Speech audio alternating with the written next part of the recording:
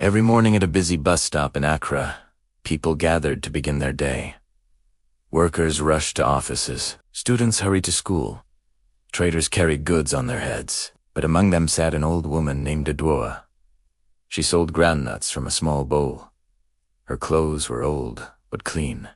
Her smile was gentle, yet most people walked past her without even looking. Some thought she was too slow. Some thought she was just another poor old woman, but nobody knew her story. One evening, heavy rain began. Suddenly, people ran for shelter. Cars splashed muddy water everywhere. Adwoa quickly covered her groundnuts with a nylon bag, trying to protect them. As she struggled, a young university student named Kwame noticed her. He had seen her many times, but never spoken to her. That day was different. Kwame walked over and held his umbrella above her. "Grandma, let me help you." Adwoa smiled warmly. "God bless you, my son." As they waited for the rain to stop, Kwame bought groundnuts from her. But instead of leaving, he sat beside her. They talked. Kwame learned that Adwoa lived alone. Her children were abroad and rarely called. Selling groundnuts was how she survived. Kwame felt sad. From that day, whenever he passed, he stopped to greet her. Sometimes he bought groundnuts. Sometimes he simply talked. Sometimes he helped her pack. It was a small kindness, but to Adwoa, it meant everything. One week, Kwame arrived at the bus stop, but Adwoa was not there. He thought maybe she was late. The next day, still absent. A week passed. Kwame grew worried. He asked nearby treaters. One woman sighed. She fell sick. Kwame felt a heavy weight in his chest.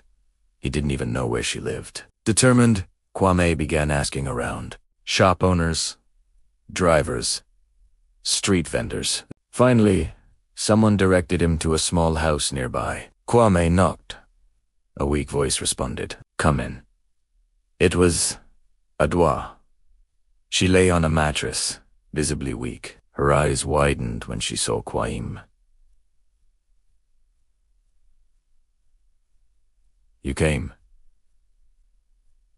Kwame sat beside her. "Of course I came." Kwame bought medicine, food, and helped clean her room. He visited daily. Sometimes they talked.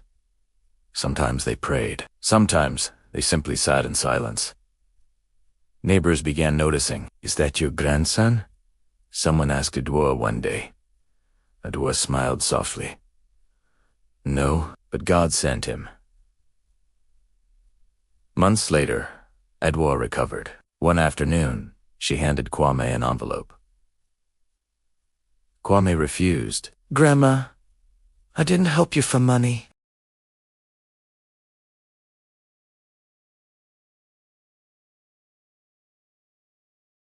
Adwoa explained that she owned a piece of land her late husband left behind. With no close support nearby, she wanted Kwame to inherit it. Kwame was shocked. "I can't accept this." But Adwoa held his hand. "You gave me something more valuable than land. You gave me family. Sometimes the family we choose through kindness becomes stronger than the one we are born into. A small act of care can mean the world to someone invisible. Now tell me, would you help someone like Adwoa? Comment yes or nitrogen monoxide.